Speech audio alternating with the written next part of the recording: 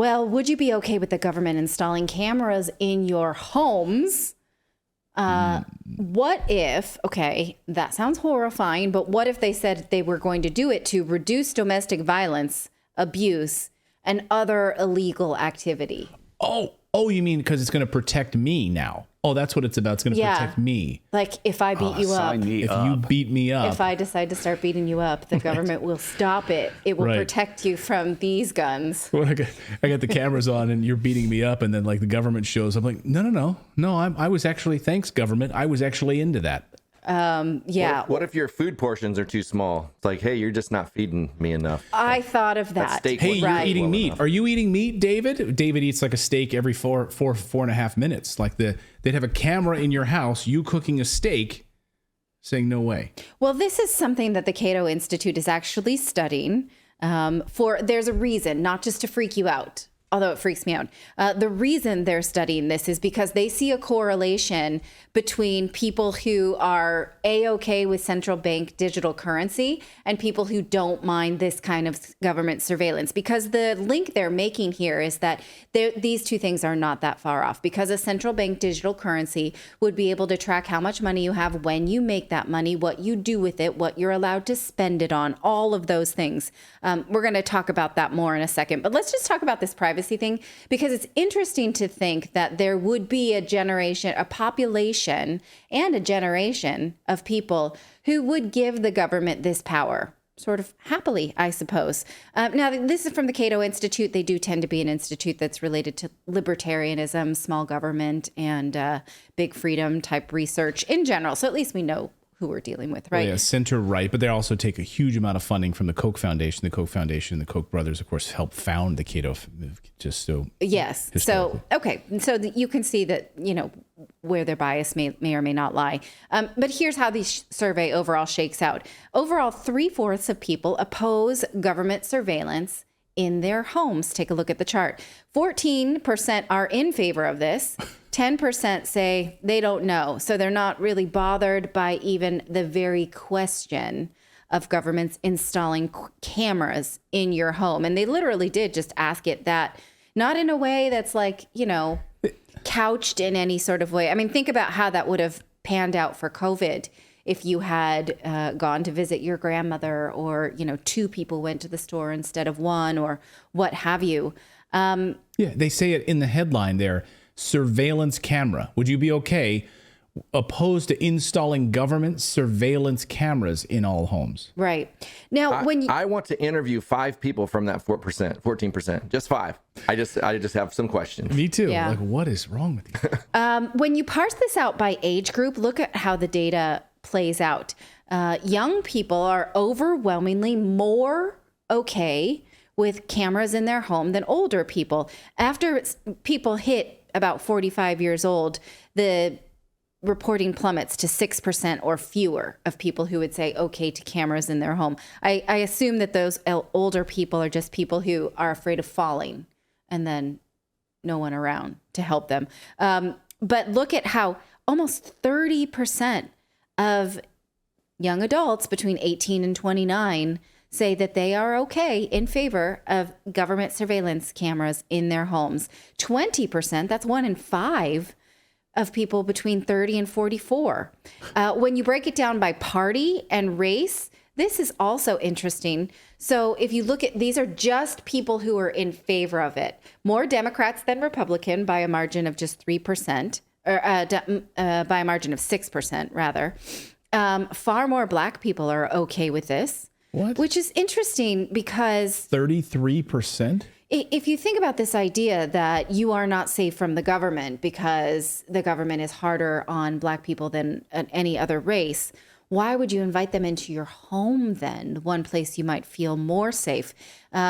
Gender is not that significant in difference, and age we went over.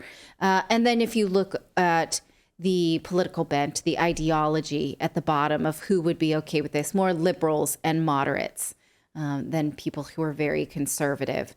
Now, again, why are we looking at this? Because the Cato Institute thinks that these opinions are in fact related to how people feel about central bank digital currency.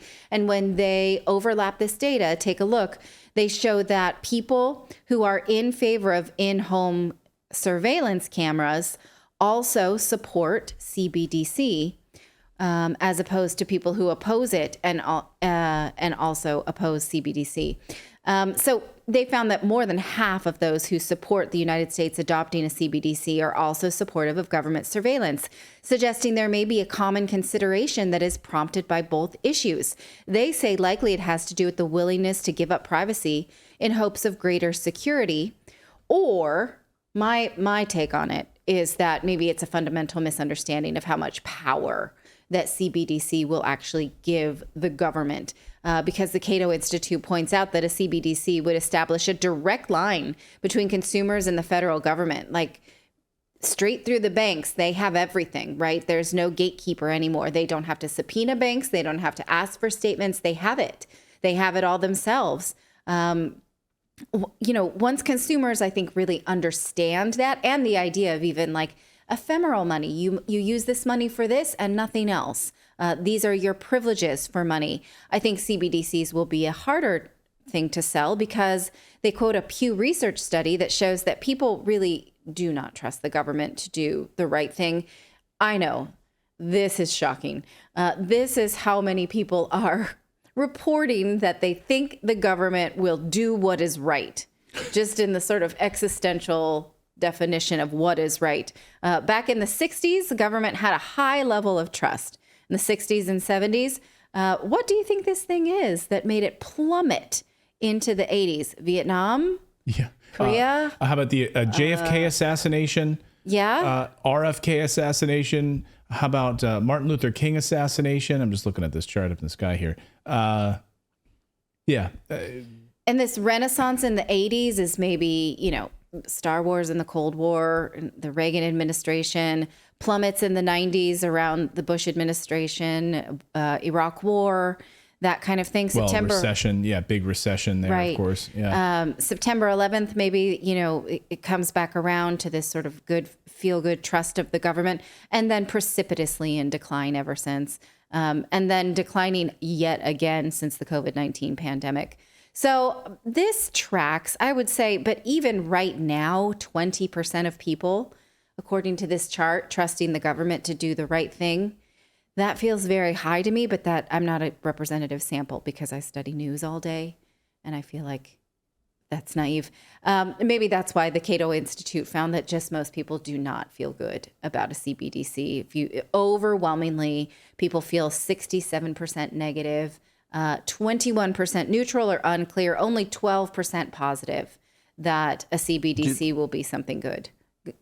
Do they cite their sample demographic and everything anywhere to know where they're pulling? Like, are they still using the old telephones to call people? No, they're for this not. stuff, They're not. I can't recall. I did read it, but I can't recall offhand of their sample. They do claim that it's representative because you see the age group and the ideology, that it represents a good mix of all of these attributes. I think a lot of the big polling companies have now moved away from just the traditional phone because they realized that the numbers were so off. So Rasmussen, all of these polling companies now heading into this new election, I think we're going to see that's going to be an interesting question. We're going to see a sea change in like polling coming up here during this next election cycle. It's going to be a difference. Really, it'll be interesting to see the numbers this time around.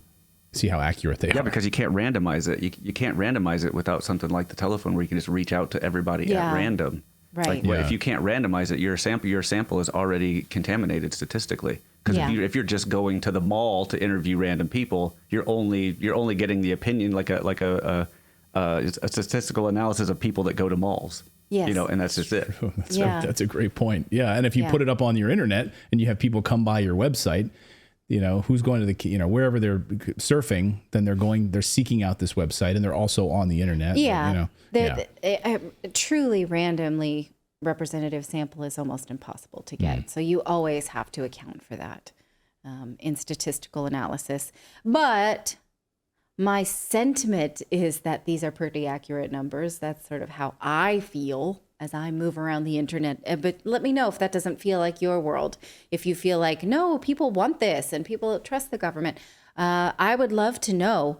And my take on this generational gap, can we go back to the first chart? Is that easy for us to do? Or the second chart with the age gap is just a simple, I hate to say this because I come off as like kids just don't know. But I do kind of feel like kids just don't know from this. Like, if you spend your whole day on TikTok, and you're shooting videos of yourself, like, in a bikini, on TikTok, and you're posting it, and you want the approval of your friends, and you're constantly on a phone with what they're asked is, again, if we could just leave that chart up, is it okay for the government to put cameras in your homes for the idea of protection, like reducing crime and abuse? I think young people are likely to say, and I might have felt this way at one point in my life, like, well, I'm not doing anything bad, so sure, watch me. That's fine if it protects other people. I think that these people haven't gone through any kind of ideological crisis or maybe they haven't read Edward Snowden's book, or maybe they haven't thought about like how the government will use this against you. And so it's just a simple naivete. Either that, or maybe high schools don't assign 1984 anymore, and people are no longer thinking in terms of government control. I was thinking, well, have they watched the Hunger Games? Because that's a government surveillance cautionary tale. Maybe they can think about that. Like, even in the Hunger Games, I can't remember if there are cameras in the individual homes, but they definitely do not talk about things they're not supposed to inside their homes because of the access to the peacekeepers. So I don't know. You don't even need fiction. You can literally go back to COVID lockdowns where the police forces and different were spying on people's homes to make sure people weren't leaving their apartments or doing other things, or they were wearing their masks or their movement, or they were, forget even just like physical tracking. They were tracking you with your cell phone data. We know this now. We know that the CDC was working and was physically tracking you with your cell phone data. So they were already doing this. Now they just want to put a camera in your home. We don't even need to go to fiction in 1984 and Hunger Games. And the way that now government narratives spin this, like these things are for your own protection, makes me extremely uncomfortable, because they can spin anything like that. Like, if you think critically about, vaccines, this is for your own protection. We're going to stop you doing that, saying that, thinking that, reading that.